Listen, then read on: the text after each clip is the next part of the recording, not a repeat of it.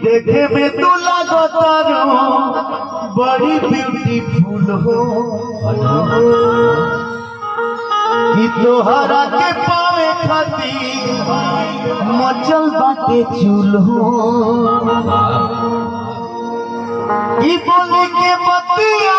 ऐसा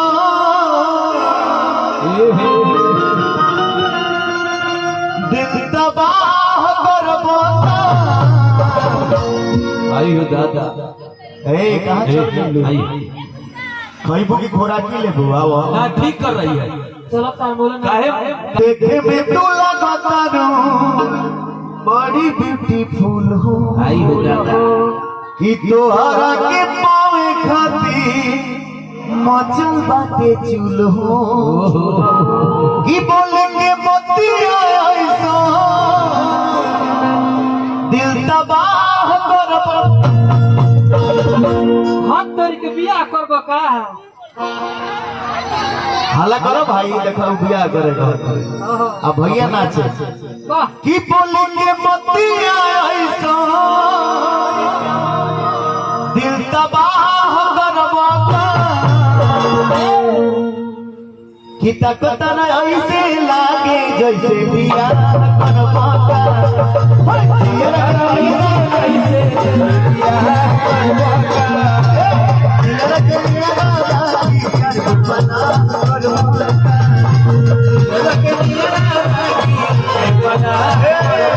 देखे में तू लगता बड़ी ब्यूटीफुल हो तोहरा के पावे खातिर मचल बाटे चूल हो बोल के बतिया ऐसा दिल तबाह करबो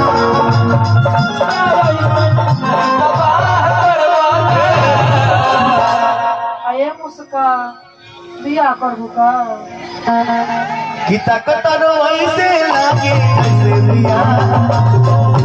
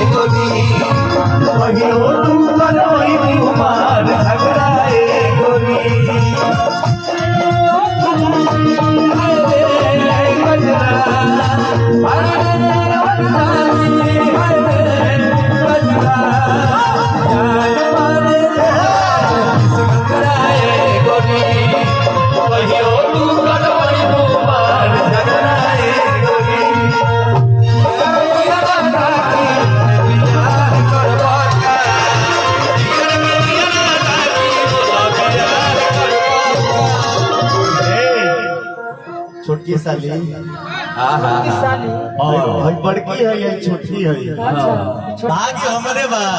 खाली सारी भेटा वो खाली रियल लाइफ में हो रियल लाइफ में हो ना जाओ भाई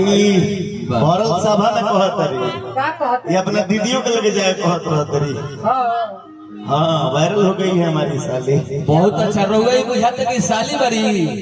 रहुआ पर नजर रखे खातिर वो कहीं बने बड़ी के देखियो मुस्कान हो कहीं भौंके मत लइकाई हां कि मन माने तोहरा से करिले बहुत प्यार हो ई बनल चाहतानी हो तोहरो तैयार हो कि अमरी पकड़ के तू धले बाबा हो